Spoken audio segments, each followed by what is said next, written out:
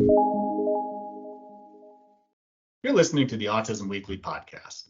Each week we share community voices and bring light to stories that increase awareness, acceptance, equity, access, and inclusion. If you haven't already, subscribe to join the Autism Weekly family. I'm your host, Jeff Skibitsky. This week we're joined by Dr. Vanessa Rentschler, an audiology expert from Portland, Oregon, with a wealth of experience and a Doctor of Audiology Degree from Salus University. Dr. Rentschler specializes in improving hearing and listening skills through direct auditory training.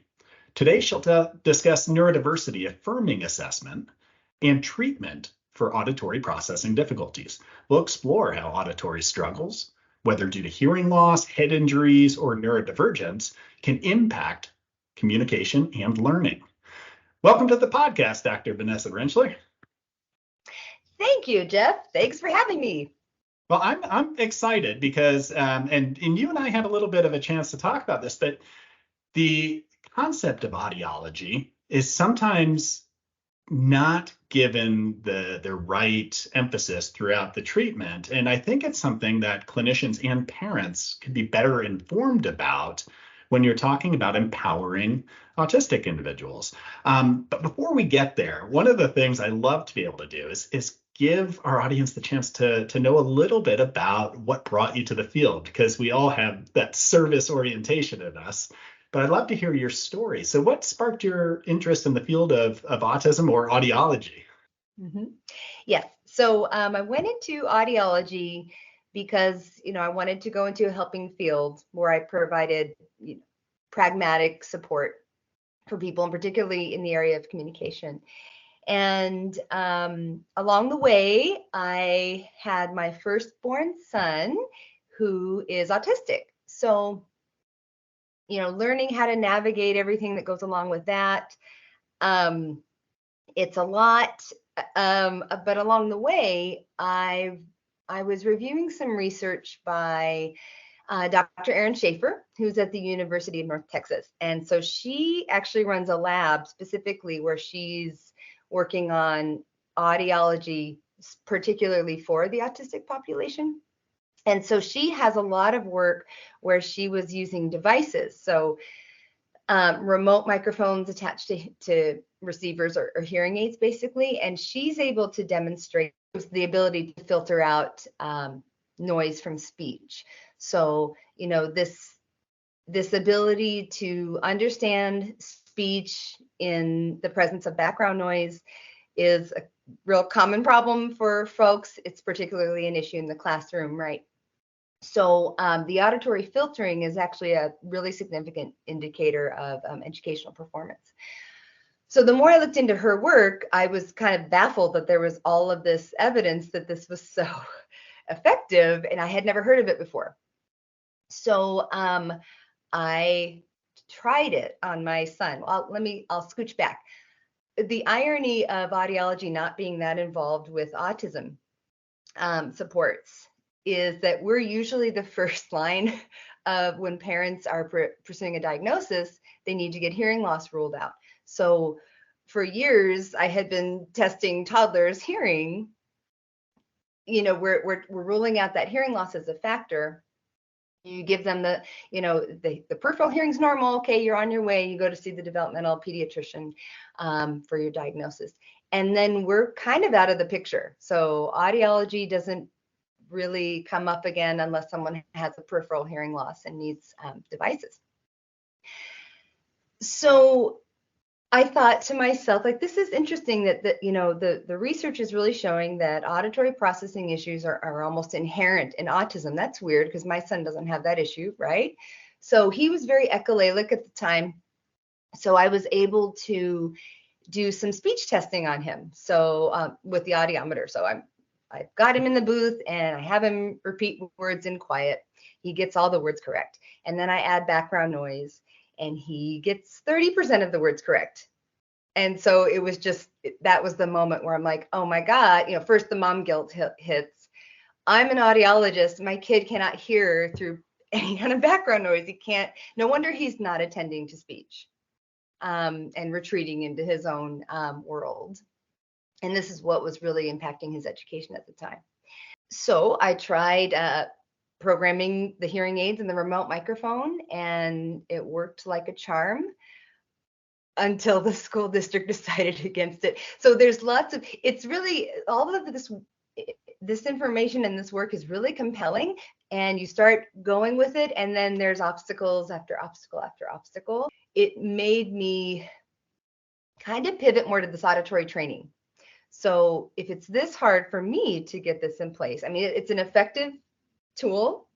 And if the school district is on board, I think it's awesome to use devices to help, electronically filter out speech from noise. It also can help with sound sensitivity because there's like a maximum power output. You can do output limiting. So if when the fire alarm goes off, that's not going to blow out their ears. The auditory system is particularly plastic, so it's really responsive to treatment. So instead of 5 sessions where you're going to the audiologist to be fit with devices, you could just be going in for direct treatment and almost get the same results, if not more. And so since I've been doing that, I've been noticing not only is there improvement with this inability to filter out noise, but with the more debilitating issue of the sound sensitivity. Yeah, I mean, it's kind of an amazing sort of path through it. And it's always interesting to me, the barriers that one runs into. But there's 2 things that stand out from your story, at least for me. First of all, is that oftentimes the people who know best about where treatment should be going and how to kind of navigate things are those experiencing that particular challenge, and those that are experiencing as far as that journey with that person.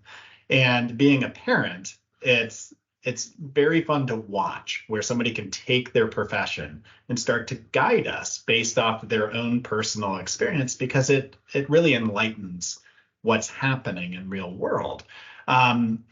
But the other piece to it is that I find it very intriguing that the diagnostic process takes into effect a rule out of audiology, and we're learning a lot through that process. Yet, like you said, it hasn't transitioned over to the treatment as much as it should have. And we're going to get into kind of that treatment part, but maybe you can give me a little bit more about the assessment part post-diagnostic. And you do it in a neurodiversity-affirming way, but what does that actually look like? And maybe you can give us a little bit of a picture of it, of how you do that through that process. Sure. I had to take from other fields. So obviously, speech pathologists, occupational therapists, these are the clinicians that really know about sensory stuff and how to obtain data, how to test a child who might be anxious about being there, the communication skills are poor, things like that. So what I do is I actually don't operate within a traditional clinic, because I honestly think the anxiety starts there. So, the parents rush, they're late to the appointment, they can't find a place to park, their copay is blah, blah, blah. By the time they would get in to see me in this scary looking refrigerator test booth, forget it. There's not going to be any calming down to elicit reliable behavioral responses.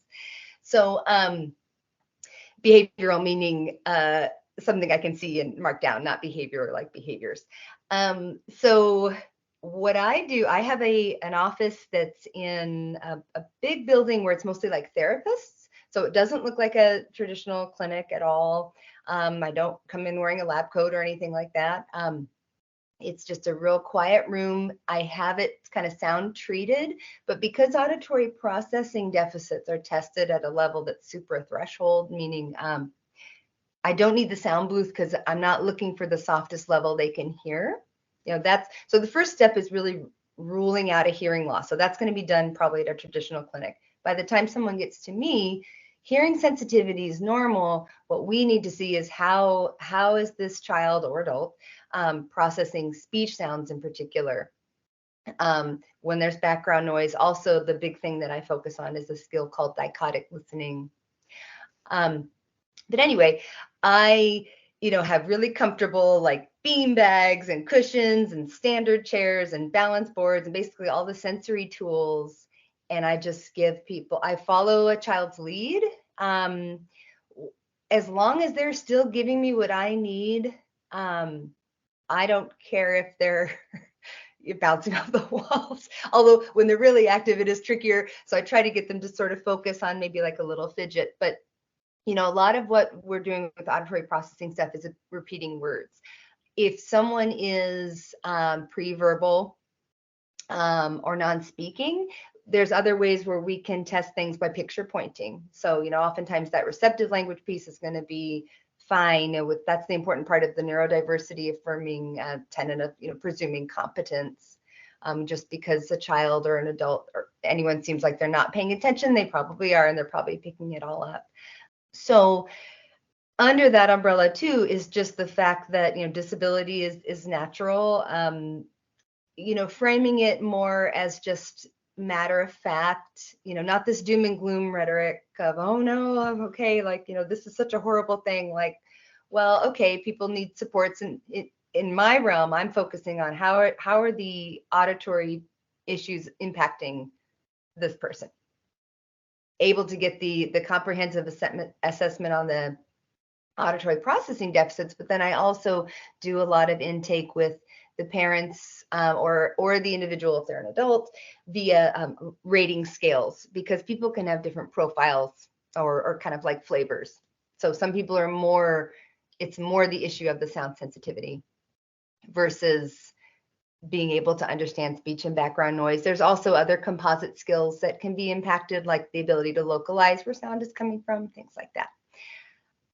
So that was a really long explanation. No, but I think it hits onto exactly, the way that we should be looking at the neurodiverse community, is that I would give that same respect to somebody who is neurotypical, is that I'd understand that, this is how you learn, how you live your life.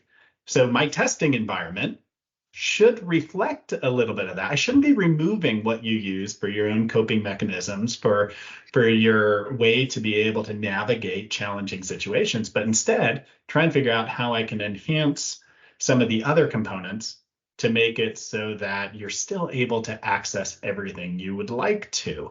And maybe that goes into just understanding and the auditory process and just the auditory discrimination and just how that works with somebody who's autistic, and maybe getting back to the roots of, these are the important skill sets that maybe not all people, but maybe some people who identify autistic have to deal with and cope for, or find ways to be able to navigate around.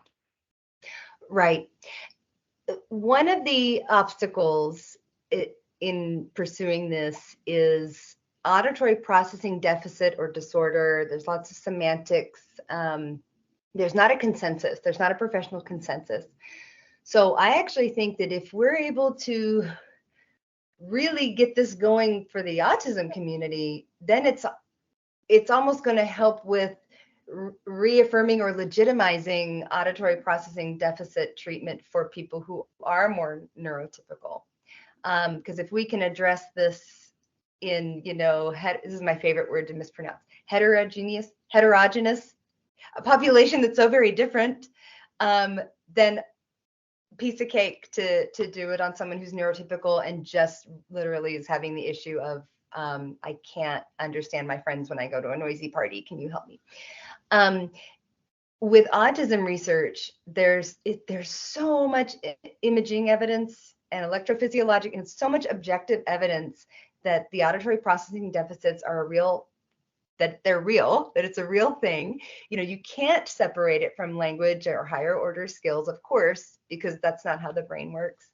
But what's really exciting is that we can do pre and post assessments to show the benefit. So, and a lot of allied fields don't have that. So I think audiology is in a unique position with some of our tests to really, you really can't deny stuff that has this hefty body of evidence. The research to practice gap is huge here. So, any if you do a PubMed search on auditory training in autism, there's a lot going on in the research lab, and then, oh, look how effective this is. And then when you look at clinical practice, it's crickets. I mean, there's just nobody doing this. I shouldn't say that.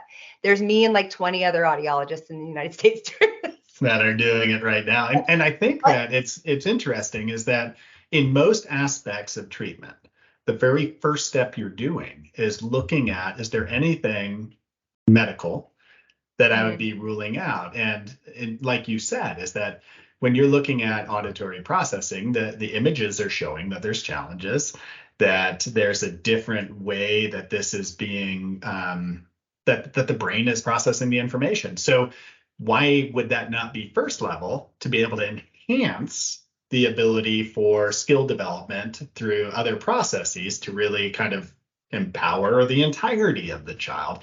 So I see the value of it.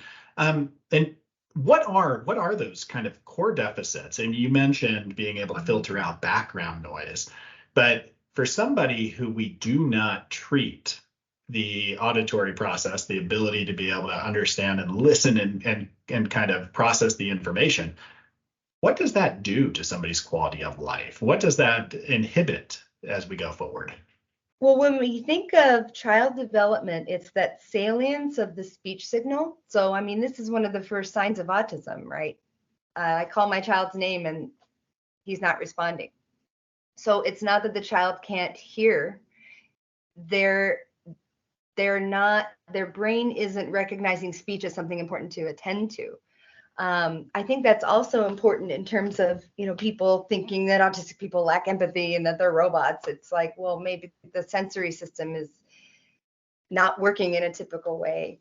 So we have our critical periods of language development, right? So it's those first few years that are really important. This is why little kids can learn foreign languages really easy, and that gets harder as we get older. So, if in terms of best practices, I honestly, aside from what I do, I don't know how that looks with speech pathology. I know there's some interesting work coming up with auditory motor integration and things like that. So I hear this a lot from autistic folks. I'm hearing everything. So my brain is prioritizing all the information, not what the teacher's saying or not the conversation I'm trying to pay attention to. So, I mean, you're talking about all these competing stimuli, and you're talking about how somebody is trying to be able to process, what somebody might be asking them at the same time as processing something else that's going on around them, and maybe even 3 different conversations. It's got to affect somebody's ability to respond. It has to affect social relationships. I mean, where's the gap come in that you're looking at development really being affected? Right. Well, yeah, not just social communication, which is huge, but literal speech and language development, like communication at the basic level. This is you almost have to think of it like an untreated hearing loss for when a child, because of universal newborn hearing screenings, children are identified with hearing loss and they're immediately fit with hearing aid if the parents decide to not learn sign language and have the child be verbal.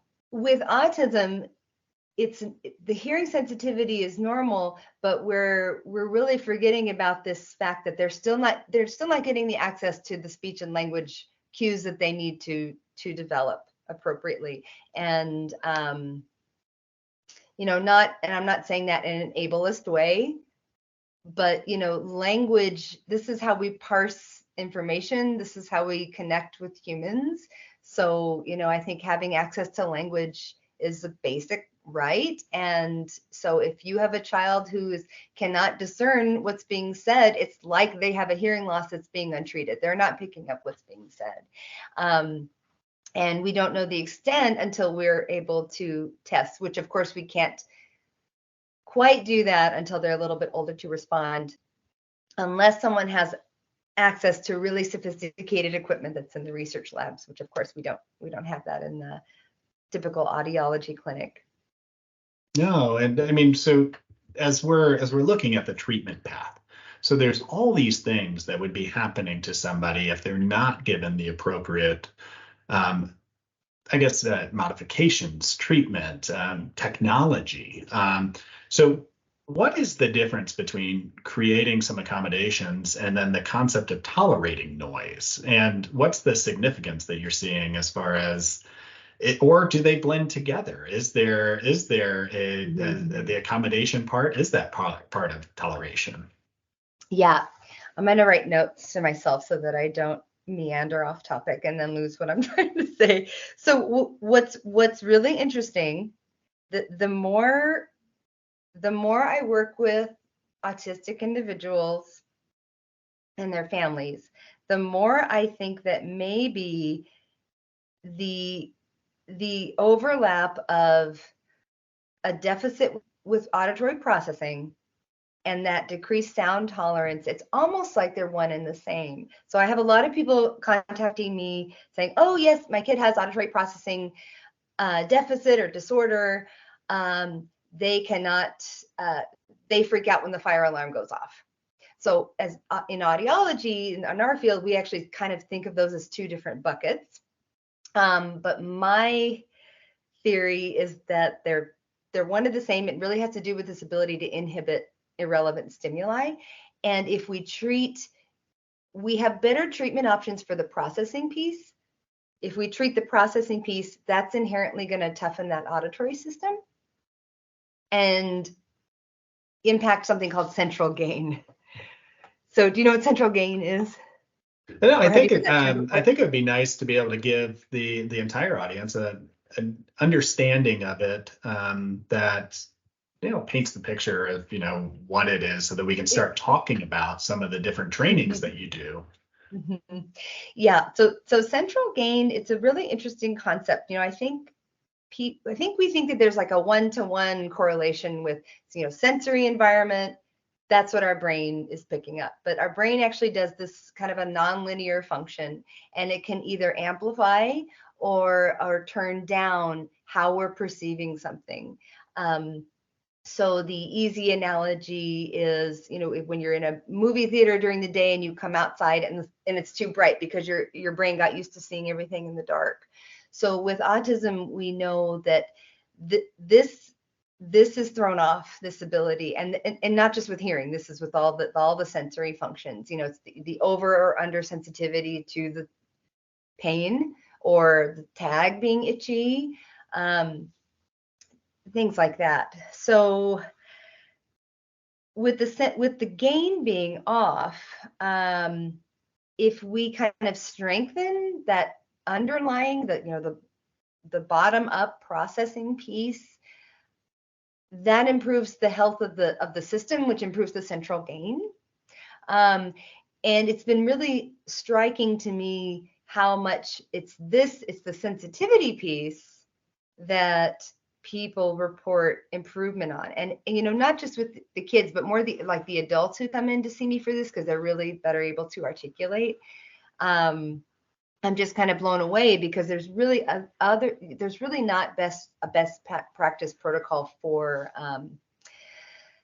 noise intolerance or sound sensitivity. And some people really suffer from hyperacusis, which is like a pain reaction to loud sounds, or even sounds that aren't that loud.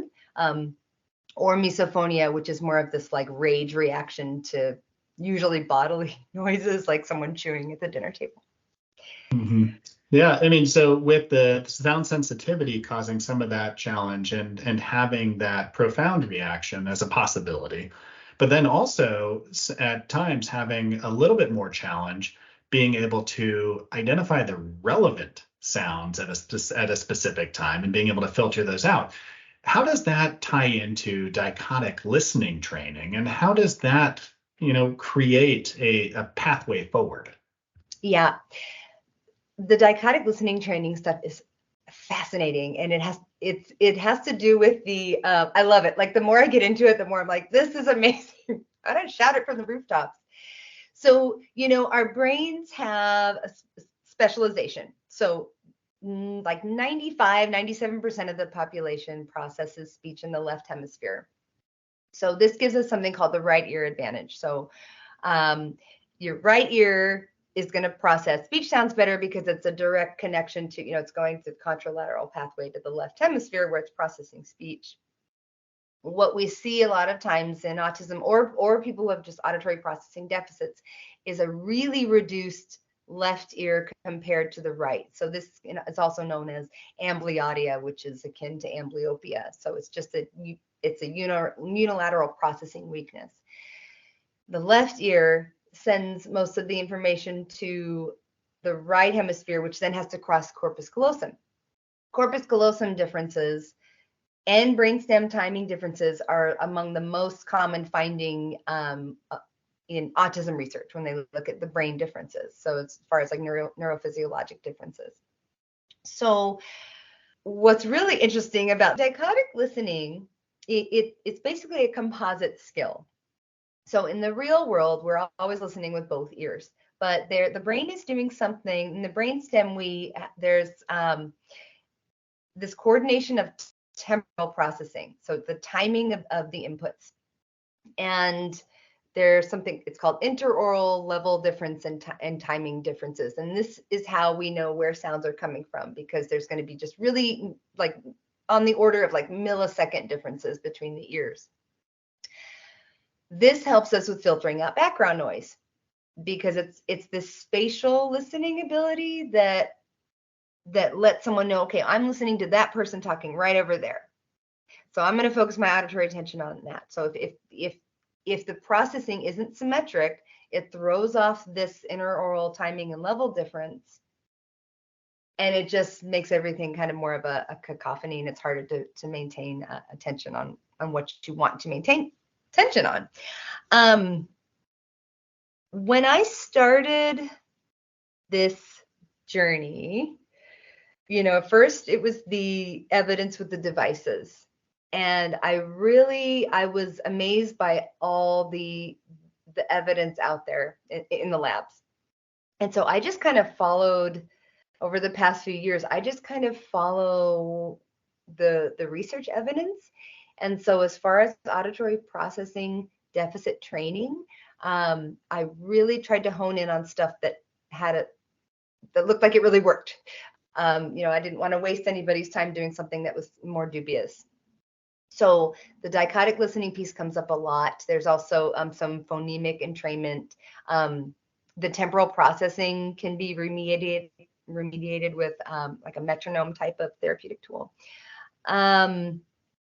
So that's basically where I landed with the dichotic listening training, is that there's a really effective approach to remediate this, and like it works. Like that's so because I always, I started off using my son as a guinea pig, like, okay, like this worked, like pre and post test. Mm-hmm. And then starting to do it on clients, and then pre and post tests are now in the normal range. But more important than that, the parents are like, oh my God, we can tolerate going to birthday parties now. Like, this is huge, especially we're talking about Zachary Williams at Vanderbilt. Like, this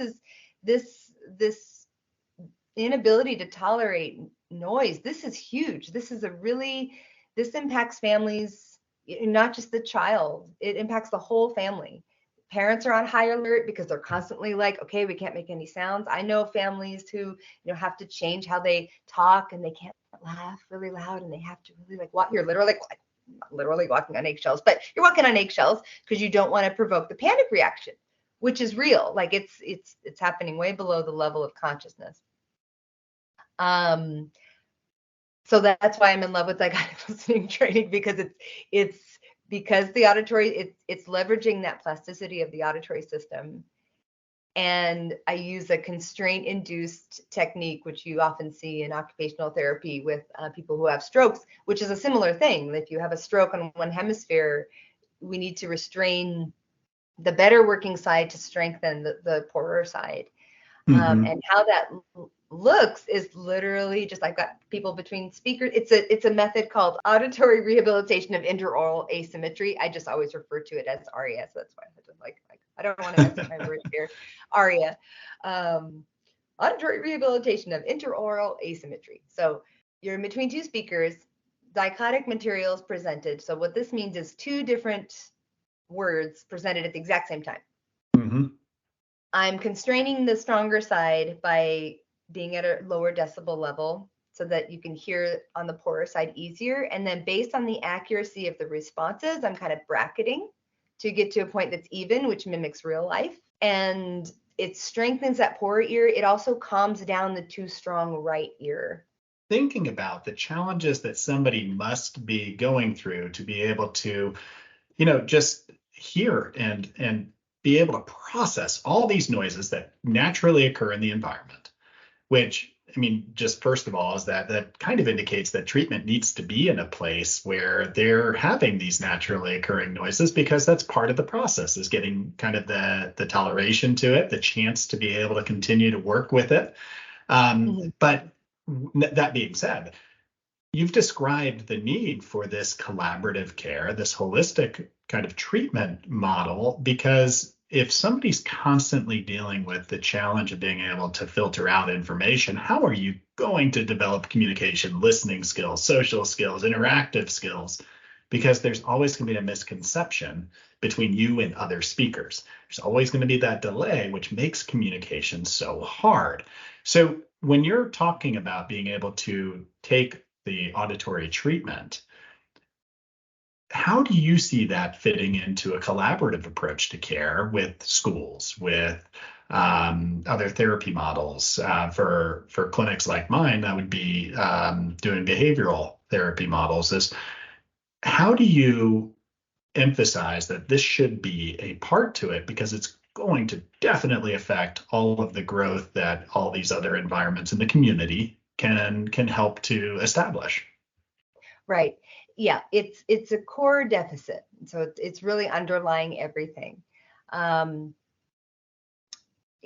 would I envision it? I don't know. I mean, this has been the last 7-8 years of kind of trying to do it one way, trying to do it the other. I think that first of all, just do stuff like this, letting people know that this is a real thing.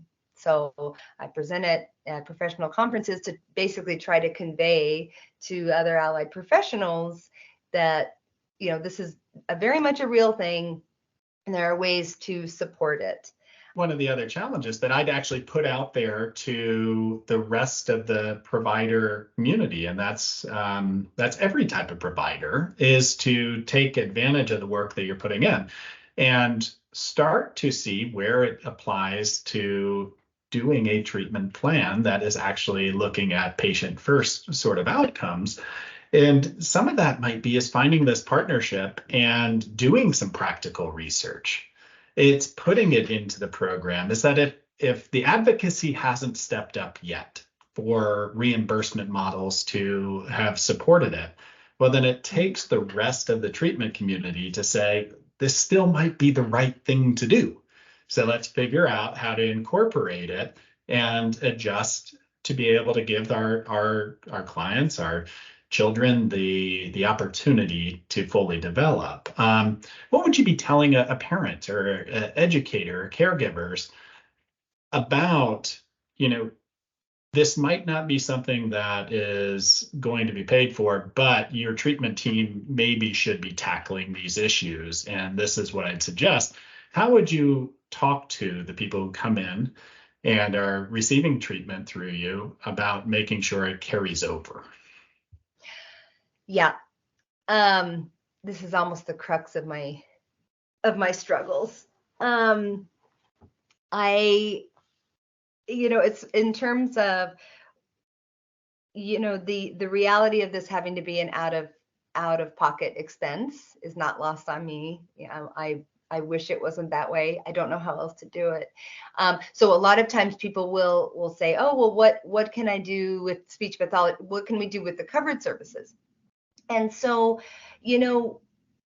that's when, I'm always open to having conversations and meetings. I work a lot with like dyslexia specialists. There's a lot of overlap with auditory processing and dyslexia as well as autism. And just kind of making suggestions. As far as what I'm doing with the constraint-induced listening therapy, that has to be done by an audiologist because we need to use the audiometer. But there are other ways of, working on the decoding or the discrimination of speech sounds, telling the difference between a P and a B sound, things like that can be worked on. I think that the therapeutic community, people who are more in that space of doing weekly treatment, how awesome would it be for them to look at what I'm doing and come up with their, because it's audiologists were so focused on testing and stuff and, maybe this niche treatment, but actually like how the flow of therapy, this is their domain. And I bet if there were some way to subsidize really working on that together, it would be amazing. Yeah, that consultative model of care, I think, is very important in order to make sure specialists are guiding the treatment components that they know best. And I think this is a prime example of it. Where would you tell families to go to be able to learn about it, to be able to read about it, to get some resources that maybe will guide them to say, hey, you know what, I should be seeking this sort of treatment, or talking to my clinical team to say, where can I access this? So where are the resources to be able to go to learn more? Yeah. Well, if someone's more interested in kind of the theories and the science behind it, I would start with Nina Krause's work. She's at Northwestern University. Her website, Brain Volts, and I'll give you guys all the links to all the things. And then people can always reach out to me. I'm a one-woman show, so I might take a few weeks to respond to emails, but people can always reach out, and then I can try to help out with local resources as best I can. But it's tricky to find. I think a lot of people will default to occupational therapy for sound sensitivity. You want to be really mindful of desensitizing versus auditory toughening. So I just want to throw that out there with people who are doing any kind of therapeutic work with the sound sensitivity, is that, it's all happening like brainstem level. Like when we think of desensitizing for like a fear of spiders or something, it's like you look at a picture of a spider and you calming techniques and your top-down mechanism is calming you down. We can't do that with sound. It's too hardwired, built into our limbic system so that we like hear predators and threats while we're sleeping and things like that. But there are ways to systematically toughen that auditory system. So finding it's other parents, right? So parents in the community, I mean, those are always the best. I feel like that's always been the best way to find information and resources. Like go to your local parent community. Hey, who do you see for blah, blah, blah? If you're in a small town or not near someone, I do have some colleagues that will do like remote types of therapy. So there are some options. But we're just not at a place where it's part of the standard of care. Yeah. But it sounds like it's something that if folks have the ability or the resources to be able to find something nearby or utilize virtual services, that there's an inherent help to all the other treatment that your child might be receiving. And it's all about empowerment. It's all about being able to establish more opportunity, more access, more kind of ability to be able to experience everything in life that you want to. And if you don't have those auditory skills yet, like you said, it's something that can be learned. It's something that can be developed, and it just takes the right training.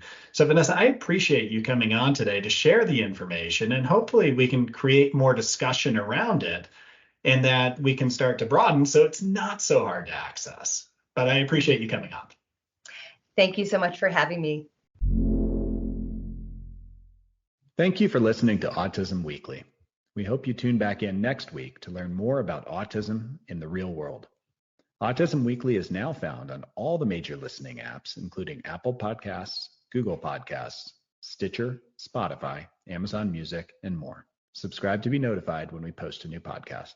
Autism Weekly is produced by ABS Kids. ABS Kids is proud to provide diagnostic assessments and ABA therapy to children with developmental delays like autism spectrum disorder. You can learn more about ABS Kids and the Autism Weekly podcast by visiting abskids.com. Thanks for tuning in. See you again next week.